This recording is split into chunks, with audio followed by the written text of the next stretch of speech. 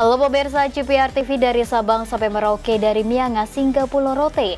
Bertemu kembali dengan saya Agria Ratri dalam program Kominfo Newsroom.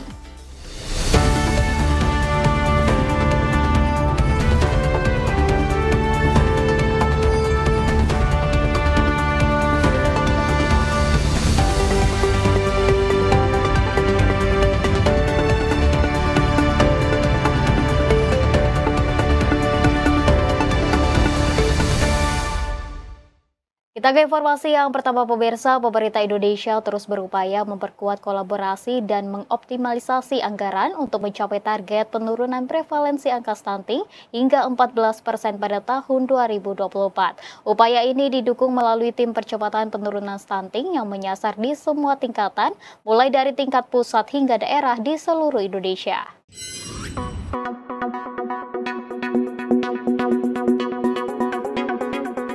Pemerintah Indonesia terus memperkuat kolaborasi dan mengoptimalisasi anggaran guna memerangi stunting dan mengejar target penurunan prevalensi angka stunting hingga 14% pada tahun 2024.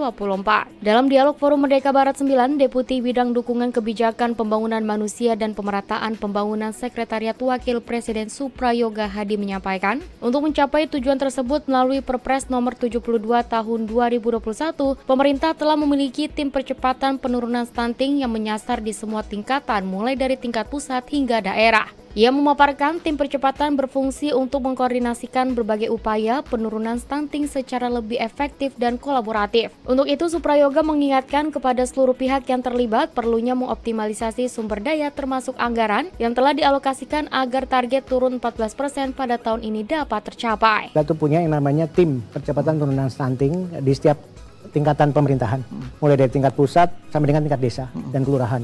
Nah, di situ sebetulnya kita sudah mencoba untuk mengkonsolidasikan bahwa tim percepatan ini memang harus bekerja secara koordinatif, secara kolaboratif. Nah, ini yang secara bertahap kita coba lakukan. Ya, kita memang baru 2 tahun inilah ya, Perpres kan baru 2021 yang lalu terbit, kemudian 2022 kita dapatkan angka 24,4, kemudian tahun 2022 kita dapatkan angka yang 21,6. Itu sebenarnya sudah merupakan satu capaian yang cukup baik gitu ya, dengan kelembagaan yang kita memang bentuk sampai dengan tingkat desa.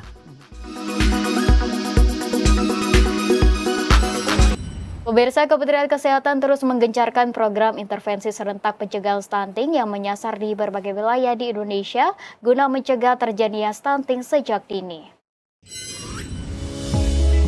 Kementerian Kesehatan melakukan intervensi serentak di berbagai daerah di Indonesia guna mencegah stunting sejak dini melalui program intervensi serentak pencegahan stunting. Direktur Jenderal Kesehatan Masyarakat Kemenkes Maria Endang Sumiwi dalam dialog FMB 9 mengatakan, Kemenkes terus berupaya memberikan data dan informasi secara cepat agar seluruh pihak yang terlibat dapat menggunakannya secara efektif.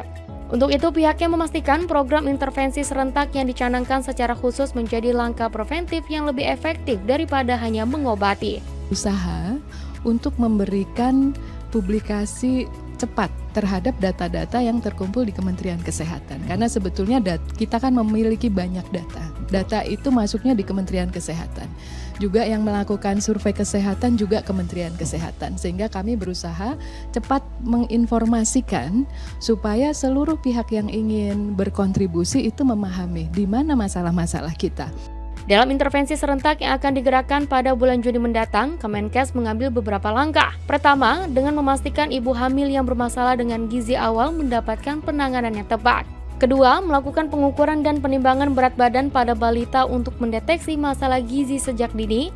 Dan langkah berikutnya dengan memberikan edaran yang meminta para calon pengantin untuk melakukan pengecekan ke posyandu guna memastikan mereka siap menikah dan memiliki anak dengan kondisi kesehatan yang optimal. Pemerintah berencana akan memberikan insentif hingga pembebasan pajak bagi investor yang berkontribusi dalam proyek pembangunan LRT atau kereta cepat di Bali. Direncanakan proyek pembangunan LRT Bali tahap 1 mulai dibangun pada September 2024. LRT Bali akan terbentang dari Bandara Ngurah Rai sampai ke Mengwi.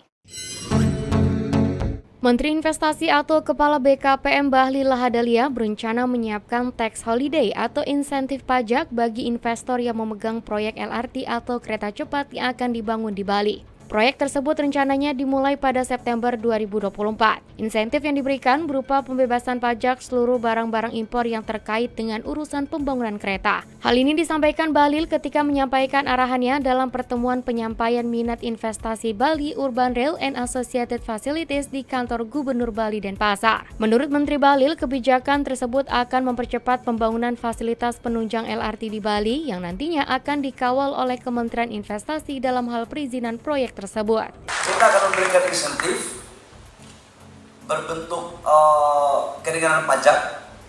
Nanti kita cek juga kalau memang harus kita memberikan tax holiday selama memenuhi aturan, kita kasih. Insentif lain berbentuk master lease. Jadi seluruh barang-barang impor yang terkait dengan urusan kereta ini kita akan bebas pajaknya. Sebelumnya, Menteri Perhubungan Budi Karya Sumadi menyampaikan bahwa proyek LRT Bali tahap 1 ditargetkan mulai dibangun pada September 2024. LRT Bali nantinya akan terbentang dari Bandara Ngurah Rai hingga Mengwi. Pemirsa, Menteri Pertanian Andi Amran Sulaiman melepas ekspor perdana komoditas jagung sebanyak 50.000 ton menuju Filipina dan 10.000 ton untuk pasar domestik di Pelabuhan Anggrek, Kabupaten Gorontalo Utara, Provinsi Gorontalo. Ekspor tersebut menjadi sebuah kebangkitan di sektor pangan yang ada di Gorontalo. Menteri Pertanian Andi Amran Sulaiman bersama penjabat Gubernur Gorontalo Rudi Salahuddin melepas ekspor perdana komoditas jagung sebanyak 50.000 ton menuju Filipina dan 10.000 ton untuk pasar domestik di Pelabuhan Anggrek, Kabupaten Gorontalo Utara, Provinsi Gorontalo. Mentan menyatakan bahwa ekspor itu menjadi sebuah pencapaian luar biasa dan kebangkitan di sektor pangan yang ada di Gorontalo, khususnya jagung. Selain itu, Mentan juga menilai ekspor kali ini merupakan kemajuan karena 5 bulan lalu Indonesia masih mengimpor sebanyak 250.000 ton jagung. Ini luar biasa, 5 bulan lalu kita impor 250.000 ton, hari ini kita mengekspor ke Filipina 50.000 ton. Ini adalah kebangkitan kita, sektor pangan khususnya jagung. Kita mampu mengekspor dan bahkan mereka sudah mengirim ke beberapa daerah 264.000 ton. Kami apresiasi Gorontalo mampu membuka wajah kita di tingkat internasional. Dari impor kita ubah menjadi ekspor. Atas pencapaian itu, Mentan menargetkan Provinsi Gorontalo menjadi percontohan keberhasilan daerah dalam meningkatkan produksi dan kesejahteraan petani secara cepat. Mentan menargetkan tahun depan Gorontalo mampu mencapai produksi di atas 2 juta ton dari produksi saat ini yang hanya 1,1 juta ton. Untuk mendukung pencapaian itu, Mentan memberikan bantuan benih untuk 100.000 hektar di Provinsi Gorontalo. Pemirsa, kami akan segera kembali dengan informasi lainnya. Tetaplah di Kominfo Newsroom.